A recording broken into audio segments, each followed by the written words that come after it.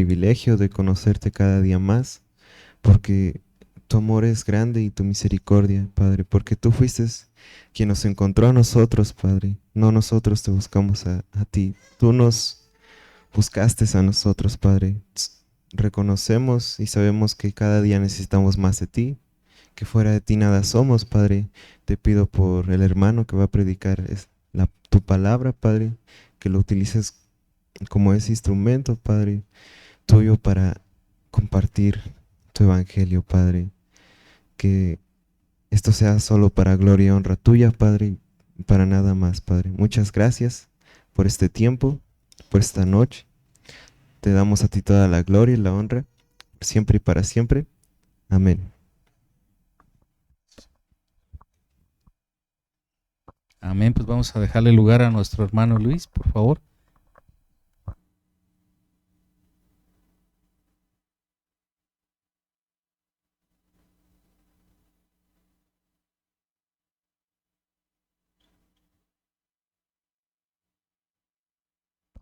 Buenas noches, mis hermanos. Dios me los bendiga. ¿Cómo se encuentra el día de hoy? Bendecido. Amén. Gracias a Dios por eso, ¿verdad? Porque Él es el que nos da esa bendición. De Él depende todo, mis hermanos. De Él dependemos por completo. Amén. Bueno, pues vamos a continuar con el estudio que estamos llevando sobre el Evangelio de, ¿sí se acuerda de quién estamos llevando el Evangelio? De Mateo. Muchas gracias, hermano. Dios lo bendiga. Estamos llevando este estudio sobre el Evangelio de Mateo y sabemos que toda la palabra es muy interesante, ¿verdad? Todos los evangelios, cada parte de cada uno de los evangelios es muy interesante, pero estamos por llegar a una parte, ¿verdad?, trascendental dentro de los evangelios. Estamos abordando o hemos abordado lo que es la última semana del Señor Jesucristo en su ministerio, antes de ir a la cruz, antes de ser sentenciado a la cruz. Acompáñeme ahí en el Evangelio de Mateo, en el capítulo 22, del versículo 41 al versículo 46. Cuando esté ahí, dígame amén. Amén. Dice la palabra del Señor ahí en Mateo 22 del 41 al 46. Y estando juntos los fariseos, Jesús les preguntó, diciendo, ¿qué pensáis del Cristo? ¿De quién es hijo? Le dijeron, de David. Él les dijo, pues cómo David en el Espíritu le llama Señor, diciendo, dijo el Señor a mi Señor, siéntate a mi derecha hasta que ponga a tus enemigos por estrado de tus pies. Pues si David le llama Señor, ¿cómo es su hijo? Y nadie le podía responder palabra, ni osó alguno desde aquel día preguntarle más. Vamos a orar. Bendito Señor, le damos gracias por esta noche. Le damos gracias, Señor, porque usted nos permite estar aquí reunidos, por este privilegio, Señor, que usted nos da de ir a su palabra, de conocerla cada día más. Gracias, Señor, porque usted pone el querer como el hacer, Señor. Gracias por esta congregación, por su iglesia. Yo le pido, Señor, que usted siga hablando a nuestros corazones, a nuestras mentes, a nuestras vidas. Esto es un estudio, Señor, pero ciertamente también, Señor, usted nos habla, nos exhorta, nos redarguye a través, Señor, de un estudio. Porque conocemos su palabra, Señor, y su palabra es viva y es eficaz. Yo le pido, Señor, por mis hermanos aquí reunidos y también por mis hermanos, Señor, que no están aquí, por los que tienen tiempo, que no se congregan, para que, Señor, usted hable a sus vidas, a sus corazones y que usted, Señor, los traiga con lazos de amor. Yo se lo pido en el nombre de su Hijo Jesucristo. Amén y amén.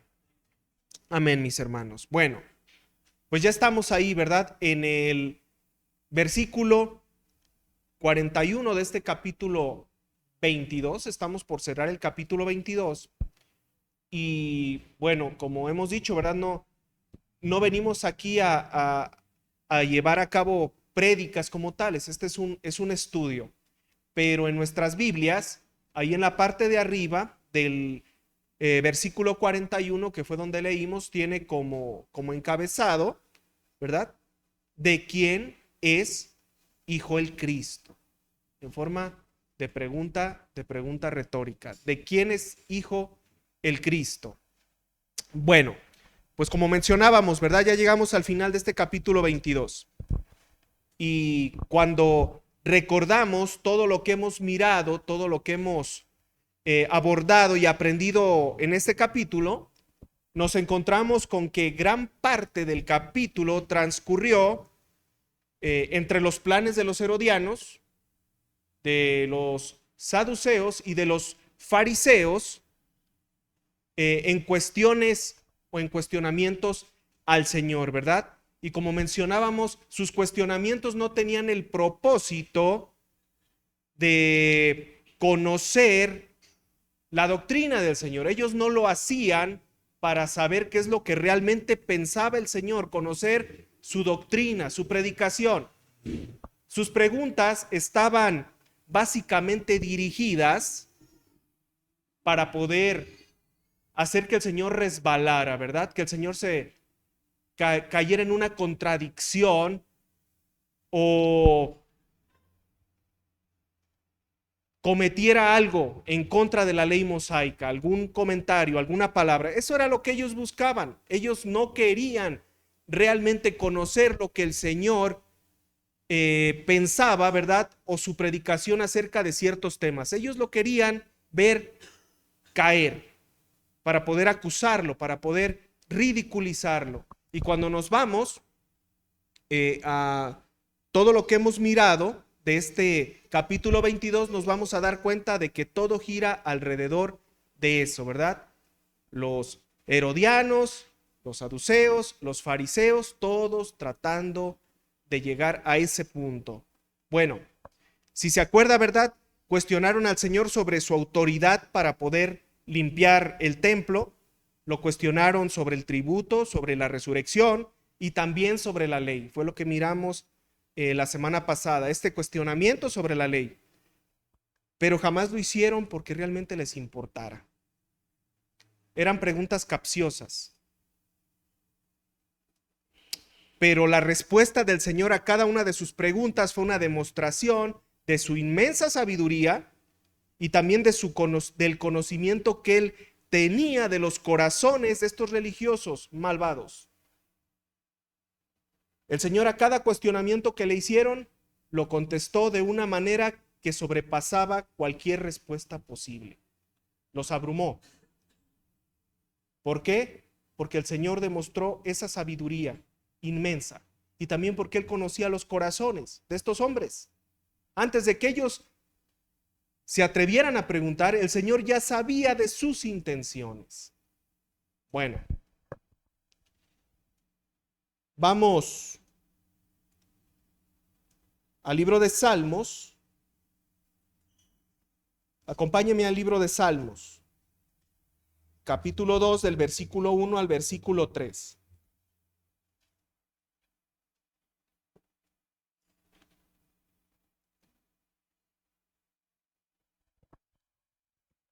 Amén. Dice la palabra ahí en Salmos 2 del 1 al 3. ¿Por qué se amotinan las gentes y los pueblos piensan cosas vanas? Se levantarán los reyes de la tierra y príncipes consultarán unidos contra Jehová y contra su ungido, diciendo: rompamos sus ligaduras y echemos de nosotros sus cuerdas. ¿Se fija?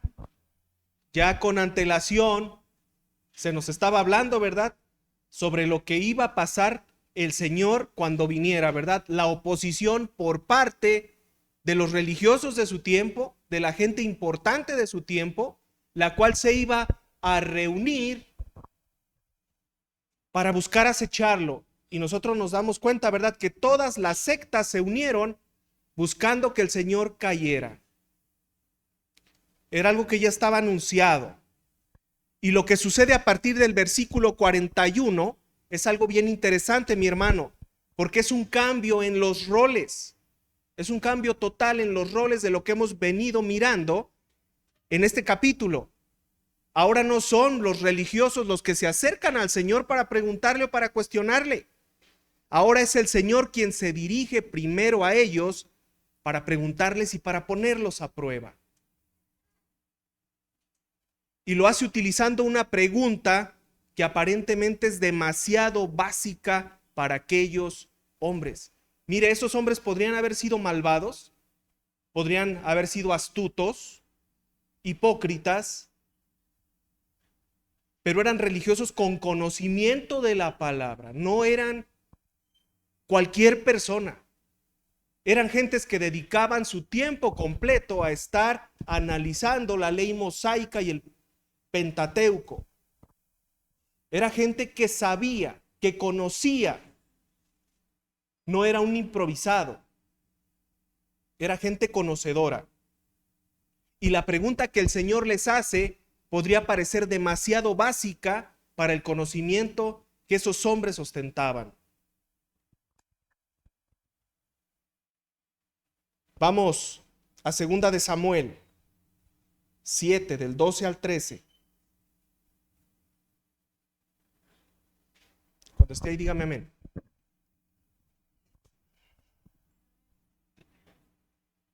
Amén. Dice la palabra. 2 de Samuel 7, del 12 al 13. Dice la palabra: y cuando tus días sean cumplidos y duermas con tus padres, yo levantaré después de ti a uno de tu linaje, el cual procederá de tus entrañas, y afirmaré su reino. Él edificará casa a mi nombre, y yo afirmaré para siempre el trono de su reino.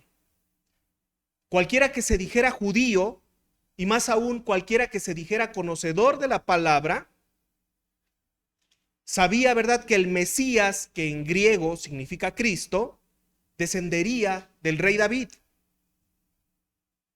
Todos lo sabían, cualquier judío lo sabía, más aún esos religiosos conocedores de la palabra. Y el Señor sabía eso, pero el Señor les tenía una sorpresa. Esa pregunta a la cual el Señor les hizo traía consigo una intención muy profunda. Dice ahí en Mateo 21, del 8 al 9. Acompáñeme.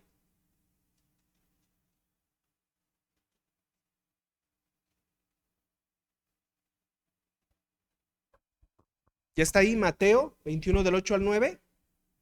Amén, dice la palabra. Y la multitud, que era numerosa, tendía sus mantos en el camino, y otros cortaban ramas de los árboles y las tendían en el camino. Y la gente que iba delante y la que iba detrás aclamaba diciendo: Hosana al Hijo de David, bendito el que viene en el nombre del Señor, Hosana en las alturas. ¿Cómo le llamaban al Señor Jesucristo? Hijo de David. Así lo aclamaban: Hosana al Hijo de David. La pregunta que el Señor les estaba haciendo a estos hombres religiosos era a su vez una afirmación de su naturaleza divina. Algo que miramos, ¿verdad?, es que increíblemente aquel mismo pueblo que lo había aclamado como Hijo de David, una semana después iba a convertirse en cómplice y en testigo de su muerte. Pero ese pueblo había reconocido que él era el Mesías enviado por Dios, el Hijo de David. Si se acuerda usted, precisamente esos gritos fueron parte de lo que encolerizó a los religiosos. No les gustaba que lo nombraran Hijo de David. ¿Por qué? Porque ellos sabían que el Hijo de David era el Mesías. Todo aquel que ostentara el título de Hijo de David claramente estaba haciendo una referencia al Mesías, el cual se les había mencionado. Ellos lo sabían. Entonces esta pregunta por parte del Señor Fue una pregunta, ¿verdad?, que desde un principio les tuvo que haber calado hondo, porque iba con una intención clara y directa.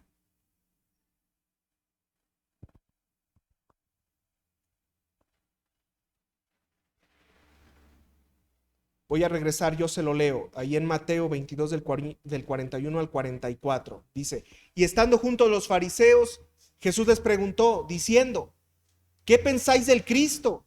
¿De quién es hijo? Le dijeron, de David. Él les dijo, pues como David en el Espíritu le llama Señor diciendo, dijo el Señor a mi Señor, siéntate a mi derecha hasta que ponga a tus enemigos por estrado de tus pies. El Señor lo que está haciendo en esta parte es citando un salmo, es el Salmo 110. Si usted va al Salmo 110, no lo haga en este momento.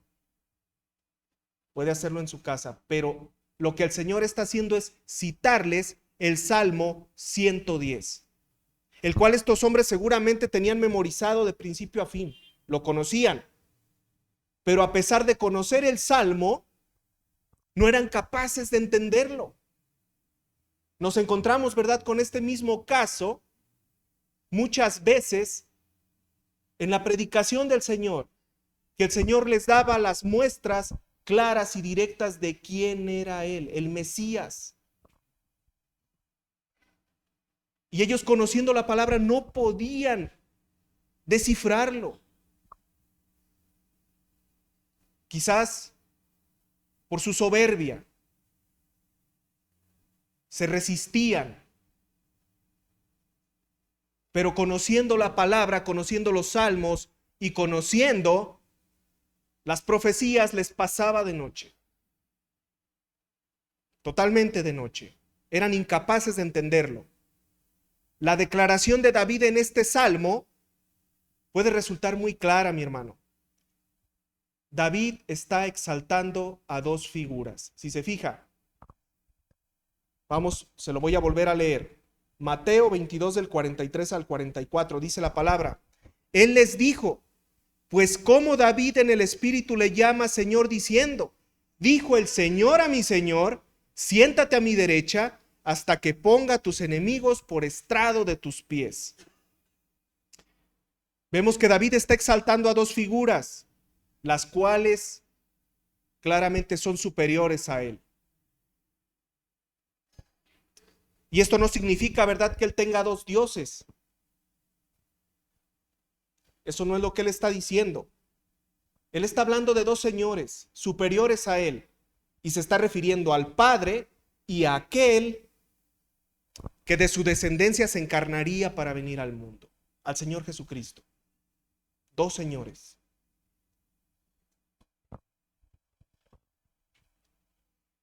Su hijo, ¿verdad?, en cuanto a la carne, pero superior a él en potestad y poder. Cuando lo leemos por primera vez pudiera parecer hasta enredoso, ¿verdad? Pero cuando nosotros nos vamos lentamente y lo desmenuzamos, David está hablando, ¿verdad?, de dos señores, de dos poderes superiores a él. Y no es porque él tenga dos dioses, claramente se está refiriendo a estas dos personas de la Trinidad, al Padre y también al Hijo, que se iba a encarnar de su descendencia. ¿Qué cosas, no? Era su hijo, pero era superior a él, en potestad y en poder. Era su creador. ¿Se fija que es muy profundo? Cuando lo leemos por primera vez, pudiera abrumarnos, pudiera hacernos maraña el cerebro, pero es una afirmación muy clara por parte de David. Vamos a asemejarlo un poquito, ¿verdad?, con una cuestión que nos toca ver quizás a menudo, y es la cuestión, ¿verdad?, que los católicos tienen y que les pone los pelos de punta cuando se habla sobre María. María, aunque fue la madre de Jesucristo, sabía que el fruto de su vientre era superior a ella, era su creador, era su hacedor. Y ella lo confirma cuando dice, ¿verdad? He aquí la esclava del Señor. Y esta es una palabra, ¿verdad?, que pega directo a cuando ellos hacen referencia de una manera errónea, ¿verdad?, a la Virgen como la Madre de Dios. Dios es eterno. Dios es el creador de todo. David lo entendía. Y María también. María, aunque fue la madre de Jesucristo, sabía que el fruto de su vientre era superior a ella. Era su Señor.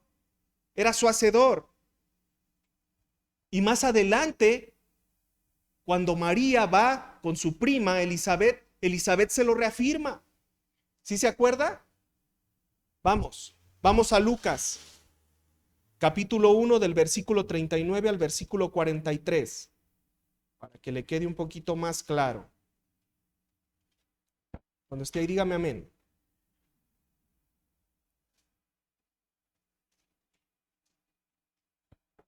Amén. Dice la palabra en Lucas 1 del 39 al 43. Fíjese, en aquellos días, levantándose María, fue deprisa a la montaña, a una ciudad de Judá, y entró en casa de Zacarías y saludó a Elizabeth. Y aconteció que cuando oyó Elizabeth la salutación de María, la criatura en su vientre, la criatura saltó en su vientre. Y Elizabeth fue llena del Espíritu Santo y exclamó a gran voz y dijo: bendita tú entre las mujeres y bendito el fruto de tu vientre. ¿Por qué se me concede esto a mí, que la madre de mi Señor venga a mí? La madre de mi Señor. Y no se está refiriendo, ¿verdad?, a ella como madre del Creador. Lo que está haciendo ahí Elizabeth es reconociendo la potestad del Señor Jesucristo. Para muchos podría parecer algo enredoso, pero usted y yo lo podemos entender. Y David lo entendió.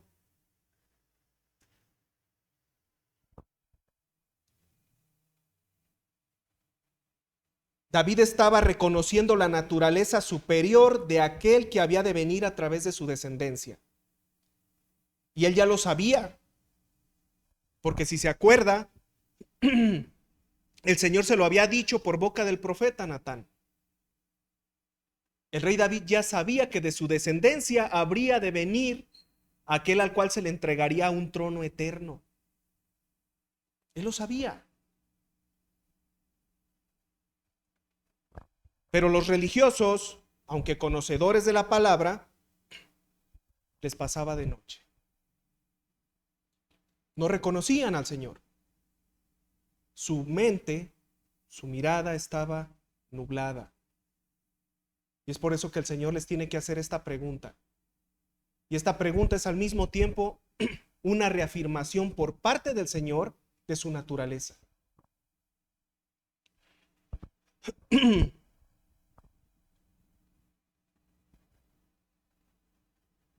La pregunta, ¿verdad?, hecha por el Señor Jesucristo a los fariseos, les pregunta, ¿verdad?, ¿qué pensáis del Cristo? ¿De quién es hijo? Si usted se acuerda, esta pregunta es la misma que unos pocos días antes les había formulado a sus discípulos. ¿Sí se acuerda o no? Vamos a Mateo 16 del 13 al 17.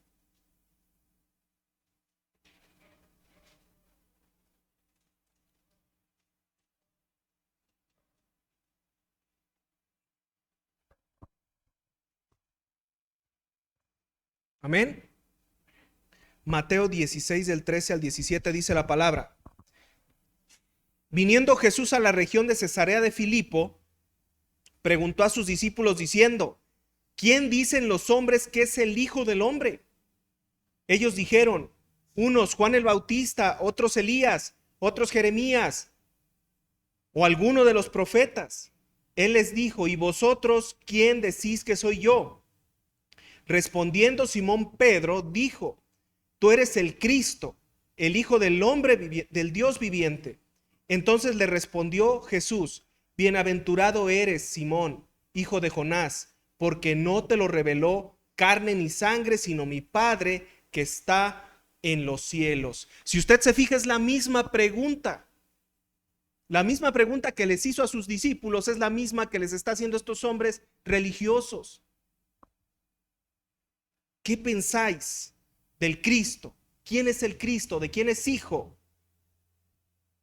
¿Quién dicen los hombres que es el Hijo del Hombre? Es la misma pregunta. Y déjeme le digo algo, mi hermano. Este es el punto central e interesante de todo lo que leímos. Todo eso que yo le hablé ahorita,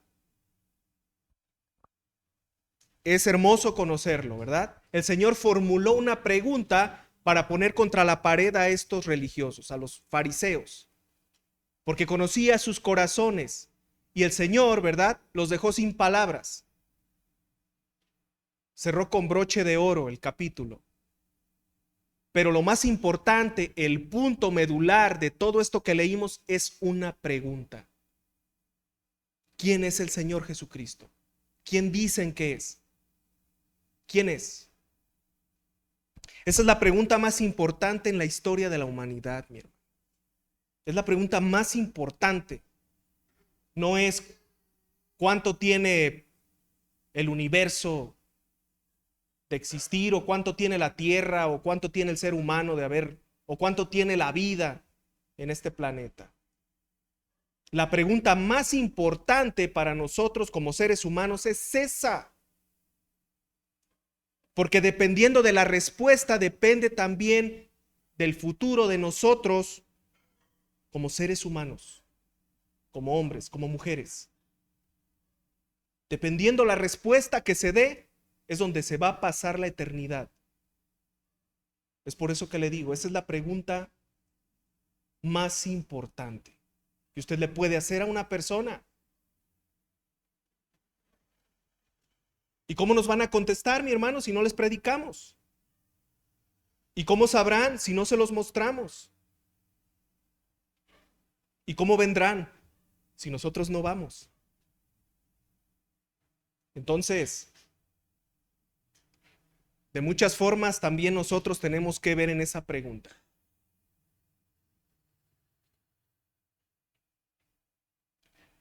Aunque todos, ¿verdad?, aquí sabemos que el Señor, y aquí me voy a adelantar un poquito a un tema que posiblemente se toque, ¿verdad?, en unos días, porque es un tema casi obligado, aunque muchas veces no lo hablamos, pero es un tema casi obligado por la fecha. Me voy a adelantar un poco, sin meterme de lleno. Yo creo que aquí la mayoría ya sabemos que el Señor Jesucristo no nació un 24 de diciembre. ¿Lo sabe o no lo sabe? Y si no, pues lo siento, ¿verdad? Pero ya se lo dije yo. El Señor Jesucristo no nació un 24 de diciembre. El Señor Jesucristo nació en una fecha, según hablan los estudiosos bíblicos, conocedores de las fiestas judías, entre el mes de septiembre y el mes de octubre. ¿Y cómo lo saben? Bueno, lo saben por las fechas, las cuales se muestran, ¿verdad?, en los calendarios litúrgicos judíos, y también porque en ese tiempo habían pastorcitos. Es imposible que en fechas decembrinas encuentre usted pastores en las regiones de Israel. No los hay. No los va a encontrar. No hay con qué apacentar a las ovejas. Entonces, bueno, ¿verdad? Si no lo sabía, pues ya se lo platico. Bueno, sabemos que el Señor no nació un 24 de diciembre. Pero esta fecha, mi hermano, sirve para que el mundo se siga haciendo la pregunta de la cual estamos nosotros abordando el día de hoy. Y de esa surgen otras preguntas. ¿Quién es Jesús? ¿Quién dice el mundo que es? ¿A quién se le festeja ese día? Es una pregunta que usted puede utilizar. Nosotros le hemos dicho, ¿verdad? No nos oponemos a que ese día usted vaya con su familia y cene, ¿verdad? O si lo invitan, pues vaya. Vaya, hágalo. Tiene toda la libertad del mundo de ir con su familia, de congregarse para una cena. Pero aprovechando, ¿verdad?, el día, hagamos las preguntas precisas. ¿Quién es Jesús? ¿A quién le estás festejando el día de hoy? ¿A quién? ¿Quién es? ¿Quién es el Mesías para ti? ¿De quién es hijo? ¿A qué vino a esta tierra? ¿Cuál fue su propósito de venir a esta tierra? Mi hermano, es la mejor época para predicar de la palabra, porque hay una apertura casi general en las personas, hay una disposición para escuchar la predicación. Y aparte de esa disposición, ¿verdad?, es un tiempo en el que podemos abordar esas preguntas con mayor facilidad. ¿Tú sabes a quién estamos festejando? ¿Tú sabes a quién le festejas? ¿Sabes quién es el Señor Jesucristo? ¿Sabes a qué vino? ¿Conoces su obra redentora en la cruz? Es un tiempo, mi hermano, ideal. Es un tiempo ideal para hacer esta misma pregunta que el Señor Jesucristo les hizo a esos fariseos y también a sus discípulos. ¿Quién dice el mundo que soy? ¿Quiénes dicen los hombres que soy? ¿Quién? ¿De quién es hijo el Cristo? Mi hermano, aprovechemos el tiempo, aprovechémoslo. No nos vamos a meter aquí en encrucijadas, ¿verdad? Creo que nunca lo hemos hecho, no lo vamos a hacer ahora. Nuestra tarea es abordar los temas conforme a una base bíblica y mostrarle a usted. Usted debe de saber, pero nosotros no nos metemos en otro tipo de situaciones, ¿verdad? Que si lo debe de hacer, no lo debe de hacer. Nosotros no nos metemos en eso, pero lo que sí hacemos es invitarlo. Aproveche la fecha. Es un tiempo ideal. Es un tiempo ideal, mi hermano. Y créamelo, muchas personas vienen a los pies del Señor después de una fecha decembrina. ¿Por qué? Porque precisamente en ese tiempo se acomodó todo para que se les predicara del Evangelio. La fecha es más que tirar cohetes, mi hermano. Regalar cositas o hacer un intercambio. Es más que eso. Porque aunque nosotros sabemos, ¿verdad?, que no es la fecha correcta, lo que sí sabemos, ¿verdad?, es que el Señor Jesucristo vino al mundo y que el Señor Jesucristo se entregó en un madero por nuestros pecados. Esa es la base, eso es lo importante. Y sabemos que todos los días son de festejo, absolutamente todos. Mi hermano, usted debe de estar contento todos los días porque ahora es salvo. Porque el Señor Jesucristo, Dios mismo, se humilló a sí mismo y vino en forma de hombre. Y nació obviamente en forma de un bebé. Todos los días son de él. Y todos los días son de alegría. Pero ese día, en específico, hay una disposición más grande para escuchar el Evangelio. No pierda el tiempo, predíquelo. Hable del Señor y dígalo. ¿Qué les parece si hablamos del festejado? Y hago una pregunta general. ¿Quién creen ustedes que es Jesucristo? ¿A quién se le festeja el día de hoy? ¿Cuál fue su propósito de venir a este mundo? Y muéstreles quién es el Señor Jesucristo, quién es su Señor, el Señor de David. ¿Se fija, mi hermano? Y tristemente, ¿verdad? Muchas veces es lo que menos hacemos. Platicamos de todo lo demás, menos de lo más importante. Menos de lo más importante. De todo, ¿verdad?, lo que nos sucedió en el año. Y a veces, lejos de ser luz, ¿verdad?, nos amoldamos a ellos. Empiezan a hablar de quién tuvo el coche, de quién compró el mejor coche, de quién fincó otro cuarto, Muchos comienzan a pelearse las herencias de la abuela, un montón de cosas innombrables. Y no se habla de lo principal. ¿Quién es Jesucristo? ¿Quién es el festejado? ¿Quién es el Mesías? ¿De quién es hijo? ¿Por qué vino a este mundo? ¿Por qué lo hizo? Por usted y por mí, mi hermano. Para darnos salvación, para darnos vida eterna. Amén. Y mi hermano, la mejor lucecita que usted puede poner, mi hermano, no es esa que usted cuelga ahí en el árbol. La mejor lucecita es su predicación, mi hermano. Es su predicación. Porque usted está predicando a la verdadera luz, la que ilumina realmente.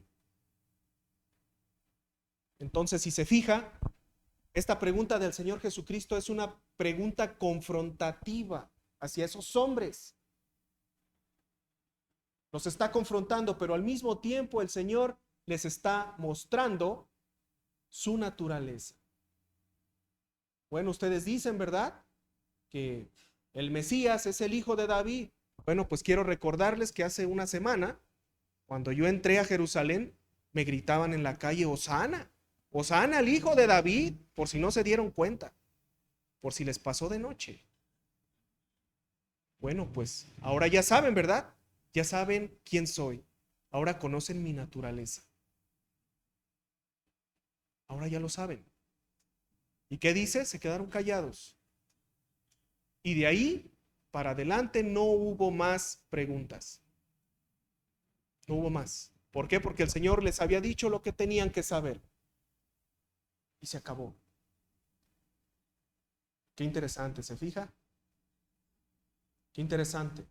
Como ese salmo, ¿verdad? Yo estoy seguro que usted muchas veces lo leyó y se le enredó la cabeza. O como que dice el Señor a mi Señor, ponte a mi derecha hasta que yo ponga a tus enemigos por estrado de tus pies. Y se queda uno pasmado, ¿verdad? Tiene que ir a ver otras versiones. A ver, deja ver cómo dice la traducción al lenguaje actual, porque esto me cuesta trabajo entenderlo. Básicamente, ¿verdad? Lo que David está haciendo es estar reconociendo al Señor Jesucristo y también al Padre. Y para que aquel que venga, ¿verdad?, y le diga que la Trinidad es un cuento, pues ya tiene otra arma para poder enfrentar. Amén. Bueno, pues así lo vamos a dejar, nos vamos a detener. Espero, ¿verdad?, que hubiera sido claro, porque hay partes de la Escritura que, créamelo, como predicadores o como personas que tratan de enseñar la palabra, hay pasajes que nos cuesta trabajo poder expresarlo. No sé si usted me puede entender. Poder mostrarlo de una manera clara, sin enredar, sin que la mente se nos haga nudo, ¿verdad? Entonces, espero que haya sido hasta cierto punto claro, ¿verdad? Toda esta parte, mis hermanos. Igual pido de sus oraciones por nosotros, los hermanos, que predicamos no solamente aquí en todas las congregaciones, para que el Señor nos dé sabiduría, nos dé denuedo y nos ayude, ¿verdad?, a poder ser claros y concisos a la hora de exponer su palabra. Amén. Quiero también, perdón que me salga un poquito del tema, pero quiero darle gracias al Señor.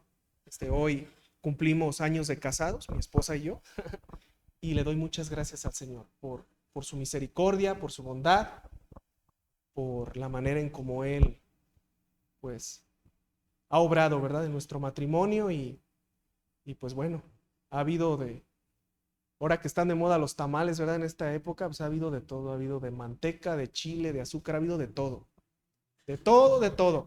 pero gracias al Señor que Él nos ha permitido, ha guardado nuestro matrimonio y pues le doy muchas gracias al Señor y pido también de sus oraciones, mi hermano, porque son muy importantes para nosotros. Bueno, pues ya, un paréntesis, ¿verdad? Ya metí un comercial. Bueno, vamos a orar. ¿Vale? Bendito Padre, yo le doy muchas gracias, Señor.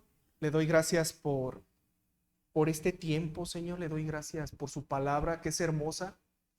Yo le pido, Señor, que usted nos dé ese discernimiento, Señor, para poder entender que su Espíritu, Señor, nos revele, Padre, su palabra, como sabemos, Señor, que usted lo hace. Yo le doy gracias, Señor, porque, Padre, usted siendo el Rey de Reyes, el Señor de Señores, el Creador, Señor, de todo lo que existe, el Creador del tiempo mismo, usted vino, Señor. Usted vino a este mundo, humillándose a sí mismo. Y lo que usted ha hecho por nosotros no tiene precio, Señor. No hay precio como nosotros podamos pagarlo, Señor. Yo le pido que usted nos dé ese valor, Señor, para poder predicar de su palabra.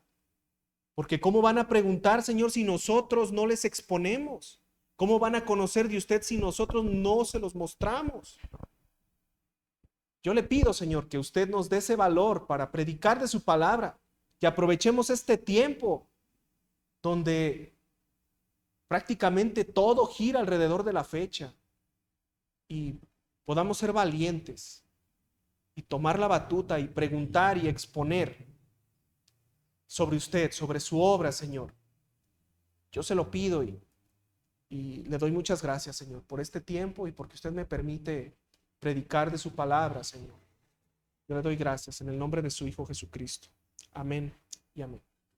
Dios les bendiga, mis hermanos.